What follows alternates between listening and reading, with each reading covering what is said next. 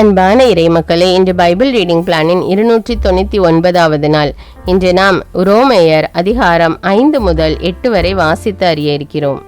உரோமையர் அதிகாரம் 5. கிறிஸ்துவோடு இணைந்த நிலையில் புதுவாழ்வு. கடவுளுக்கு ஏற்புடையவராதலால் விளையும் பயன். ஆகையால் நாம் கொண்டுள்ள நம்பிக்கையின் மூலம் கடவுளுக்கு ஏற்புடையவர்களாகியுள்ள நாம் நம் ஆண்டவராகிய இயேசு கிறிஸ்துவின் வழியாய் கடவுளோடு நல்லுறவு கொண்டுள்ளோம்.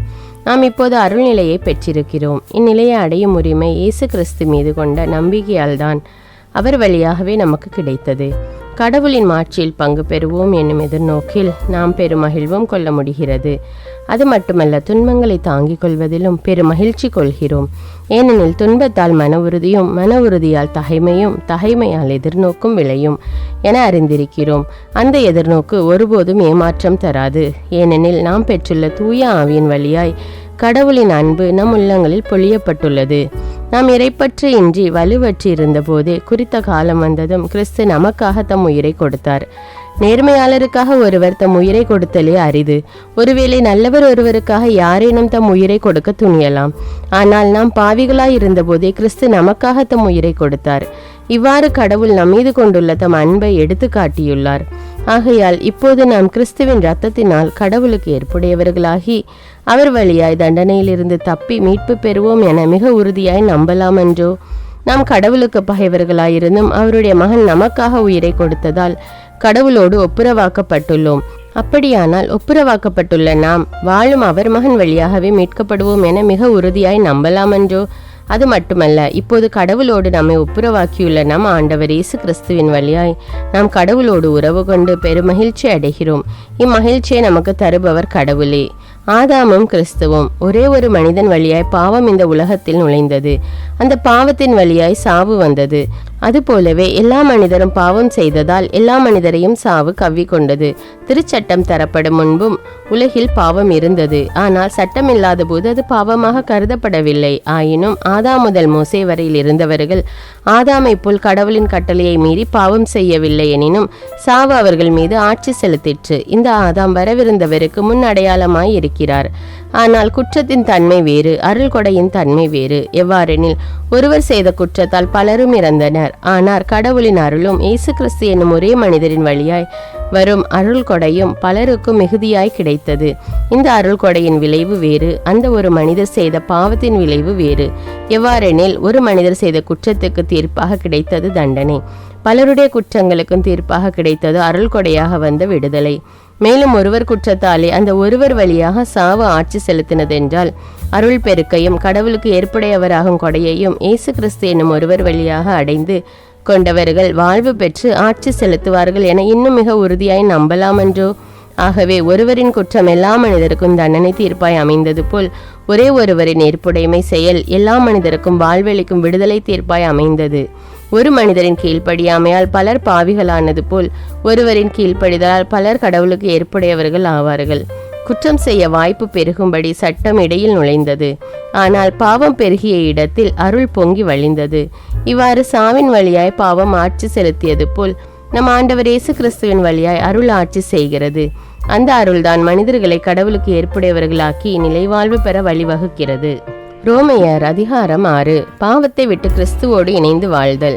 அப்படியானால் என்ன சொல்வோம்? அருள் பெருகுவதற்காக நாம் பாவத்தில் நிலைத்திருக்கலாமா? ஒருபோதும் கூடாது. பாவத்தை பொறுத்தமட்டில் செத்துவிட்ட நாம் எவ்வாறு தொடர்ந்து பாவ வாழ்க்கை வாழ முடியும்? திருமுழுக்கினால் கிறிஸ்து இயேசுவோடு இணைந்திருக்கும் நாம் அனைவரும் அவருடைய சாவிலும் அவரோடு இணைந்திருக்கிறோம் என்பது உங்களுக்கு தெரியாதா? இறந்த கிறிஸ்துவை மாட்சிமிகு தந்தை உயிர்த்தெழ செய்தார். அவ்வாறு நாமும் புது வாழ்வு பெற்றவர்களாய் வாழும்படி திருமுழுக்கின் வழியாய் அவரோடு அடக்கம் செய்யப்பட்டோம். அவர் இறந்தது போலவே நாமும் அவரோடு ஒன்றித்து இறந்தோம் எனில் அவர் உயிர்த்தெழுந்தது போலவே நாமும் அவரோடு ஒன்றித்து உயிர்த்தெழுவோம். நாம் இனிமேல் பாவத்துக்கு அடிமைகளாய் இராதபடி நம்முடைய பழைய மனித இயல்பு அவரோடு சிலுவையில் அறையப்பட்டிருக்கிறது. இவ்வாறு பாவத்துக்கு உட்பட்டிருந்த நாம் இயல்பு அழிந்து போகும். இது நமக்கு தெரியும். ஏனெனில் இறந்தோர் பாவத்தினின்று விடுதலை பெற்றுவிட்டனர் என்றோ. கிறிஸ்துவோடு நாம் இறந்தோமாயின் அவரோடு வாழ்வோம் என்பதே நாம் கொண்டுள்ள நம்பிக்கை. இறந்து உயிருடன் எழுப்பப்பட்ட கிறிஸ்து இனிமேல் இறக்க மாட்டார். இனி அவர் சாவின் ஆட்சிக்கு உட்பட்டவர் அல்ல என நாம் அறிந்திருக்கிறோம். அவர் இறந்தார். பாவத்தை ஒழிக்க ஒரே ஒரு முறை இறந்தார். இப்போது அவர் வாழ்கிறார். அவர் கடவுளுக்காகவே வாழ்கிறார். அவ்வாறே நீங்களும் பாவ வாழ்க்கையை பொறுத்தமட்டில் இறந்தவர்கள், கிறிஸ்து இயேசுவோடு இணைந்து கடவுளுக்காக வாழ்கிறவர்கள் என்பதை எண்ணிக்கொள்ளுங்கள். ஆகவே உடலின் இச்சைகளுக்கு உங்களை கீழ்ப்படிய செய்யும் பாவம் சாவுக்குரிய உங்கள் உடலின் மீது ஆட்சி செலுத்த விடாதீர்கள்.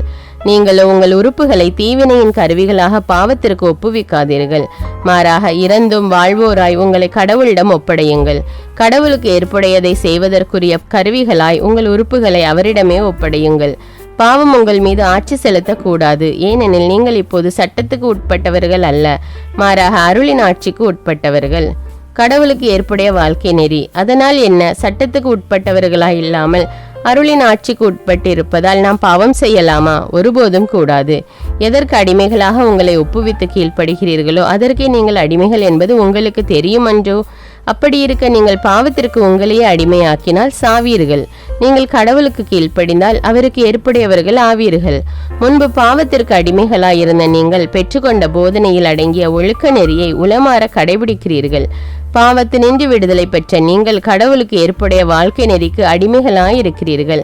அதற்காக கடவுளுக்கு நன்றி. நீங்கள் வலுவற்றவர்கள் என்பதை மனதில் கொண்டு எளிய முறையில் பேசுகிறேன். முன்பு கட்டுப்பாடற்ற வாழ்வுக்கு வழிவகுக்கும் கெட்ட நடத்தைக்கும் நெறிக்கேட்டிற்கும் உங்கள் உறுப்புகளை நீங்கள் அடிமையாக்கி இருந்தீர்கள்.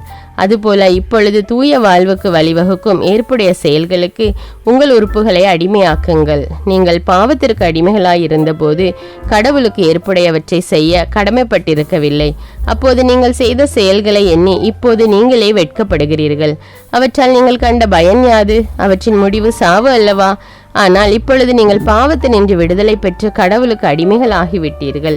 இதனால் நீங்கள் காணும் பயன் தூய வாழ்வு, இதன் முடிவு நிலை வாழ்வு. பாவத்துக்கு கிடைக்கும் கூலி சாவு. மாறாக கடவுள் கொடுக்கும் அருள் கொடை நம் ஆண்டவர் கிறிஸ்து இயேசுவோடு இணைந்து வாழும் நிலை வாழ்வு. ரோமையர் அதிகாரம் 7. மன வாழ்க்கை ஓர் எடுத்துக்காட்டு. சகோதர சகோதரிகளே, சட்டம் தெரிந்த உங்களை கேட்கிறேன். உயிரோடு இருக்கும் காலம் வரையில் தான் சட்டம் ஒருவரை கட்டுப்படுத்தும் என்பது உங்களுக்கு தெரியாதா? எடுத்துக்காட்டாக, மணமான பெண் ஒருவர் கணவன் உயிரோடு இருக்கும் வரையில் தான் திருமண சட்டத்திற்கு கட்டுப்பட்டிருக்கிறார். கணவன் இறந்துவிட்டால் கணவனோடு வாழ வேண்டும் என்கிற சட்டத்திலிருந்து விடுதலை பெறுகிறார்.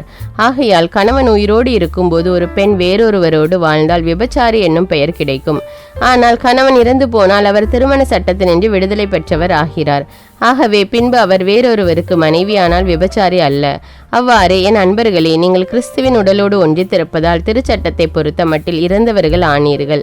அதன் விளைவாக இறந்து உயிருடன் எழுப்பப்பட்ட கிறிஸ்துவோடு நீங்கள் இணைக்கப்பட்டிருக்கிறீர்கள். இவ்வாறு நீங்கள் கடவுளுக்கு ஏற்ற பயனளிக்க முடியும். நாம் நமது ஊனியல்வின்படி வாழ்ந்தபோது சட்டத்தை ஒரு வாய்ப்பாக்கி கொண்டு பாவ இச்சைகள் நம்முடைய உறுப்புகளில் செயலாற்றின. அதனால் விளைந்த பயன் சாவு. ஆனால் இப்பொழுது நம்மை ஒடுக்கி வைத்திருந்த சட்டத்தை பொறுத்த மட்டில் நாம் இறந்துவிட்டதால் அச்சட்டத்தினின்று விடுதலை பெற்றோம். ஆகையால் எழுதப்பட்ட சட்டத்திற்குரிய பழைய நெறியில் நாம் ஊழியம் செய்வதை விட்டு தூய ஆவியாருளும் புதிய நெறியில் ஊழியம் செய்ய முடிகிறது. திருச்சட்டமும் பாவமும். அப்படியானால் என்ன சொல்வோம்? திருச்சட்டமும் பாவமும் ஒன்றுதானா? ஒருபோதும் இல்லை. ஆயினும் திருச்சட்டம் வழியாய் அன்றி பாவம் என்ன என்று நான் அறிந்திருக்க மாட்டேன். எப்படியெனில், பிறருக்குரியது எதையும் கவர்ந்திட விரும்பாதே என்று சட்டம் சொல்லாமல் போயிருந்தால் அவ்விருப்பம் என்ன என்றே அறிந்திருக்க மாட்டேன். ஆனால் கட்டளை தந்த வாய்ப்பை பயன்படுத்தி கொண்டு பாவம் என்னுள் எல்லா வகை ஆசைகளையும் தூண்டிவிட்டது. ஏனெனில் சட்டம் இல்லையேல் பாவத்திற்கு உயிர் இல்லை. ஒரு காலத்தில் சட்டம் இல்லாத போது நான் உயிர் உள்ளவனாயிருந்தேன். கட்டளை தரப்பட்ட போது பாவம் உயிர் பெற்றது, நான் உயிர் இழந்தேன். வாழ்வுக்கு வழியாய் இருக்க வேண்டிய கட்டளை எனக்கு சாவுக்கு வழியாயிற்று என்று கண்டேன். கட்டளை தந்த வாய்ப்பை பயன்படுத்தி கொண்டு பாவம் என்னை ஏமாற்றி அந்த கட்டளை வழியாகவே என்னை கொன்றுவிட்டது. திருச்சட்டம் தன்னிலே தூயதுதான், அவ்வாறே கட்டளையும் தூயது, நேரியது, நல்லது. அவ்வாறாயின் நல்லது என் சாவுக்கு காரணமாக மாறிவிட்டதா? ஒருபோதும் இல்லை. எல்லாம் பாவத்தின் வேலைதான். பாவம் தன் இயல்பை வெளிப்படுத்துவதற்காக நல்லதொன்றை கொண்டு எனக்கு சாவை விளைவித்து இவ்வாறு கட்டளையின் வழியாக பாவம் தன் கொடிய இயல்பை அளவு கடந்த முறையில் வெளிப்படுத்தியது. மனிதருக்குள்ளே போராட்டம். திருச்சட்டம் ஆவிக்குரியது என்பது நமக்கு தெரிந்ததே. ஆனால் நான் ஊனியல்பினன், பாவத்திற்கு அடிமையாக விற்கப்பட்டவன். ஏனெனில் நான் செய்வது என்னவென்று எனக்கே தெரிவதில்லை. எதை செய்ய விரும்புகிறேனோ அதை நான் செய்வதில்லை, எதை வெறுக்கிறேனோ அதையே செய்கிறேன். நான் விரும்பாததை செய்கிறேன் எனில் சட்டம் நல்லது என நான் ஏற்றுக்கொள்கிறேன் என்றாகிறது. ஆனால் அவ்வாறு செய்வது என்னுள் குடிகொண்டிருக்கும் பாவமே, நான் அல்ல. ஏனெனில் என்னுள், அதாவது வலுவற்ற என் ஊனியல்பில் நல்லது எதுவும் குடிகொண்டிருக்கவில்லை என எனக்கு தெரியும். நன்மை செய்யும் விருப்பம் என்னிடம் இல்லாமல் இல்லை, அதை செய்யத்தான் முடியவில்லை. நான் விரும்பும் நன்மையை செய்வதில்லை, விரும்பாத தீமையையே செய்கிறேன். நான் விரும்பாததை செய்கிறேன் என்றால் அதை நானாக செய்யவில்லை, என்னில் குடிகொண்டிருக்கும் பாவமே செய்கிறது. நான் நன்மை செய்ய விரும்பினாலும் என்னால் தீமையை தான் செய்ய முடிகிறது. இத்தகையதொரு செயல்முறையை என்னுள் காண்கிறேன். நான் கடவுளின் சட்டத்தை குறித்து உள்ளூர மகிழ்ச்சி அடைகிறேன், ஆனால் என் உறுப்புகளில் வேறொரு சட்டத்தை காண்கிறேன். என் மனம் ஏற்றுக்கொள்ளும் சட்டத்தை எதிர்த்து போராடுகிறது. என் உறுப்புகளில் இருக்கும் அந்த பாவ சட்டத்திற்கு என்னை கட்டுப்படுத்துகிறது. அந்தோ இரங்கத்தக்க மனிதன் நான். சாவுக்குள்ளாக்கும் இந்த உடலினின்று என்னை விடுவிப்பவர் யார்? நம் ஆண்டவர் இயேசு கிறிஸ்துவின் வழியாய் கடவுள்தாம் விடுவிப்பார். அவருக்கு நன்றி. சுருங்க சொல்லேன், என் மனத்தால் கடவுளின் சட்டத்திற்கு கட்டுப்பட்டிருக்கும் நானே என் இயல்பினால் பாவத்தின் சட்டத்திற்கும் கட்டுப்பட்டிருக்கிறேன். ரோமையர் அதிகாரம் 8. தூய ஆவியாருளும் வாழ்வு. ஆகவே கிறிஸ்து இயேசுவோடு இணைந்திருப்போருக்கு இனி தண்டனை தீர்ப்பே கிடையாது. ஏனெனில் கிறிஸ்து இயேசுவோடு இணைந்திருப்போருக்கு வாழ்வு தரும் தூய ஆவியின் சட்டம் பாவம், சாவு என்பவற்றுக்கு உள்ளாக்கும் சட்டத்தினின்று என்னை விடுவித்து விட்டது. இயல்பின் காரணமாய் வலுவற்றிருந்த திருச்சட்டம் செய்ய முடியாத ஒன்றை கடவுள் செய்தார். அதாவது இயல்பு கொண்ட மனிதரை போன்றவராய் தம் சொந்த மகனை அனுப்பி மனிதரிடமுள்ள பாவத்திற்கு முடிவு கட்டினார். இயல்புக்கேற்ப நடவாமல் ஆவிக்குரிய இயல்புக்கேற்ப நடக்கும் நாம் திருச்சட்டத்தின் நெறிகளை நிறைவேற்ற வேண்டும் என்று அவ்வாறு செய்தார். ஏனெனில் இயல்புக்கேற்ப வாழ்வோரின் நாட்டமெல்லாம் அந்த இயல்புக்கு உரியவற்றின் மீதே இருக்கும். ஆனால் ஆவிக்குரிய இயல்புக்கேற்ப வாழ்வோரின் நாட்டம் ஆவிக்கு உரியவற்றின் மீதே இருக்கும். ஊனியல் மனநிலை கொண்டிருப்போருக்கு வருவது சாவே, ஆவிக்குரிய மனநிலை கொண்டிருப்போருக்கு வருவது வாழ்வும் அமைதியும் ஆகும். ஏனெனில் ஊனியல் மனநிலை கடவுளுக்கு பகையானது. அது கடவுளின் சட்டத்திற்கு கட்டுப்பட்டிருப்பதில்லை, இருக்கவும் முடியாது. ஊனியல்புக்கு ஏற்ப வாழ்வோர் கடவுளுக்கு உகந்தவர்களாய் இருக்க முடியாது. ஆனால் கடவுளின் ஆவி உங்களுள் குடிகொண்டிருந்தால் நீங்கள் ஊனியல்பை கொண்டிராமல் ஆவிக்குரிய இயல்பை கொண்டிருப்பீர்கள். கிறிஸ்துவின் ஆவியை கொண்டிராதோர் அவருக்கு உரியோர் அல்ல. பாவத்தின் விளைவாக உங்கள் உடல் செத்ததாயினும் கிறிஸ்து உங்களுள் இருந்தால் நீங்கள் கடவுளுக்கு ஏற்புடையவர்கள் ஆக்கப்படுவீர்கள். அதன் பயனாக தூய ஆவி உங்களுக்குள் உயிராய் இருக்கும்.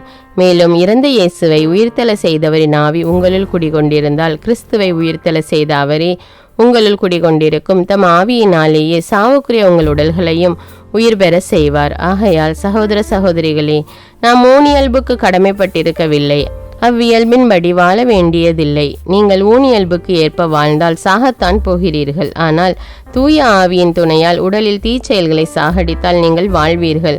கடவுளின் ஆவியால் இயக்கப்படுகிறவர்களே கடவுளின் மக்கள். மீண்டும் அச்சத்திற்கு உள்ளாக்கும் மனப்பான்மையை நீங்கள் பெற்றுக்கொள்ளவில்லை, மாறாக கடவுளின் பிள்ளைகளுக்குரிய மனப்பான்மையையே பெற்றுக்கொண்டீர்கள். அதனால் நாம் அப்பா தந்தையே என அழைக்கிறோம். நாம் இவ்வாறு அழைக்கும் போது நம் உள்ளத்தோடு சேர்ந்து தூய ஆவியாரும் நாம் கடவுளின் பிள்ளைகள் என்பதற்கு சான்று பகர்கிறார். நாம் பிள்ளைகளாயின் உரிமை பேறு உடையவர்களாய் இருக்கிறோம். ஆம், நாம் கடவுளிடமிருந்து உரிமை பேறு பெறுபவர்கள், கிறிஸ்துவின் பங்காளிகள். அவருடைய துன்பங்களில் நாம் பங்கு பெற வேண்டும். அப்போதுதான் அவரோடு மாட்சியிலும் பங்கு பெறுவோம். வரப்போகும் ஆட்சி. இக்காலத்தில் நாம் படும் துன்பங்கள் எதிர்காலத்தில் நமக்காக வெளிப்பட போகிற மாட்சியோடு ஒப்பிட தகுதியற்றவை என நான் எண்ணுகிறேன். இம்மாட்சியுடன் கடவுளின் மக்கள் வெளிப்படுவதை காண்பதற்காக படைப்பே பேராவலோடு காத்திருக்கிறது. ஏனெனில் படைப்பு பயனற்ற நிலைக்கு உட்பட்டுள்ளது. தானே விரும்பியதால் அப்படி ஆகவில்லை, அதை உட்படுத்தினவரின் விருப்பத்தால் அவ்வாறு ஆயிற்று. எனினும் அது எதிர்நோக்க இழந்த நிலையில் இல்லை, அது அழிவுக்கு அடிமைப்பட்டிருக்கும் நிலையில் இருந்து விடுவிக்கப்பட்டு கடவுளின் பிள்ளைகளுக்குரிய பெருமையையும் விடுதலையையும் தானும் பெற்றுக்கொள்ளும் என்கிற எதிர்நோக்கோடு இருக்கிறது. இந்நாள் வரை படைப்பு அனைத்தும் ஒருங்கே பேறுகால வேதனையுற்று தவிக்கின்றது என்பதை நாம் அறிவோம். படைப்பு மட்டுமல்ல, முதல் கொடையாக தூய ஆவியை பெற்று கொண்டுள்ள நாமும் கடவுள் நம்மை தம் பிள்ளைகளாக்க போகும் நாளை, அதாவது நம் உடலை விடுவிக்கும் நாளை எதிர்நோக்கி பெருமூச்சு விடுகிறோம். நமக்கு மீட்பு கிடைத்து விட்டது, எனினும் எதிர்நோக்கும் அளவில் தான் அது கிடைத்துள்ளது. கண்ணுக்கு தெரிகிறதை நோக்குதல் எதிர்நோக்கு ஆகாது. ஏற்கனவே கண்ணால் காண்கிறதை எவராவது எதிர்நோக்குவாரா? நாமோ காணாத ஒன்றை எதிர்நோக்கி இருக்கும்போது அதற்காக தளரா மனதோடு காத்திருக்கிறோம். இவ்வாறு தூய ஆவியார் நமது வலுவற்ற நிலையில் நமக்கு துணை நிற்கிறார். ஏனெனில் எதற்காக எப்படி நாம் இறைவனிடம் வேண்டுவது என்று நமக்கு தெரியாது. தூய ஆவியார் தாமே சொல்வடிவம் பெற முடியாத நம்முடைய பெருமூச்சுக்களின் வாயிலாய் நமக்காக பரிந்து பேசுகிறார். உள்ளங்களை துருவி ஆயும் கடவுள் தூய ஆவியாரின் மனநிலையை அறிவார். தூய ஆவியாரும் கடவுளுக்கு உகந்த முறையில் இறை மக்களுக்காக பரிந்து பேசுகிறார். மேலும் கடவுளிடம் அன்பு கூறுபவர்களோடு, அதாவது அவரது திட்டத்திற்கு ஏற்ப அழைக்கப்பட்டவர்களோடு அவர்கள் நன்மைக்காகவே ஆவியார் அனைத்திலும் ஒத்துழைக்கிறார் என்பது நமக்கு தெரியும். தம்மால் முன்பே தெரிந்து கொள்ளப்பட்டவர்கள் தம் மகனின் சாயலுக்கு ஏற்றவாறு இருக்க வேண்டுமென கடவுள் முன்குறித்து வைத்தார். அச்சகோதர சகோதரிகள் பலருள் தம் மகன் தலைப்பேரானவராய் இருக்க வேண்டும் என்றே இப்படி செய்தார். தாம் முன்குறித்து வைத்தோரை அவர் அழைத்திருக்கிறார். தாம் அழைத்தோரை தமக்கு ஏற்புடையோராக்கி இருக்கிறார். தமக்கு ஏற்புடையோர் ஆனோரை தம் ஆட்சியில் பங்கு பெற செய்தார். கடவுளின் அன்பு. இதற்கு மேல் நாம் என்ன சொல்வோம்? கடவுள் நம் சார்பில் இருக்கும்போது நமக்கு எதிராக இருப்பவர் யார்? தம் சொந்த மகன் என்றும் பாராது அவரை நம் அனைவருக்காகவும் ஒப்புவித்த கடவுள் தம் மகனோடு அனைத்தையும் நமக்கு அருளாதிருப்பாரோ? கடவுள் தேர்ந்து கொண்டவர்களுக்கு எதிராக யார் குற்றம் சாட்ட இயலும்? அவர்கள் குற்றமற்றவர்கள் என காட்டுபவர் கடவுளே. அவர்களுக்கு யார் தண்டனை தீர்ப்பளிக்க இயலும்? இறந்து ஏன் உயிருடன் எழுப்பப்பட்டு கடவுளின் வலப்பக்கத்தில் இருக்கும் கிறிஸ்து இயேசு நமக்காக பரிந்து பேசுகிறார் என்றோ? கிறிஸ்துவின் அன்பில் இருந்து நம்மை பிரிக்கக்கூடியது எது? வேதனையா, நெருக்கடியா, இன்னலா, பட்டினியா, ஆடையின்மையா, இடரா, சாவா? எதுதான் நம்மை பிரிக்க முடியும்?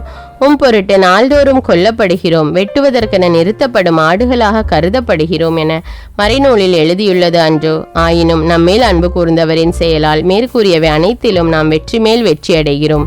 ஏனெனில் சாவோ வாழ்வோ, வானதூதரோ ஆட்சியாளரோ, நிகழ்வனவோ வருவனவோ, வலிமை மிக்கவையோ, உன்னதத்தில் உள்ளவையோ, ஆழத்தில் உள்ளவையோ, வேறெந்த படைப்பும் நம் ஆண்டவர் கிறிஸ்து இயேசுவின் வழியாய் அருளப்பட்ட கடவுளின் அன்பிலிருந்து நம்மை பிரிக்கவே முடியாது என்பது என் உறுதியான நம்பிக்கை.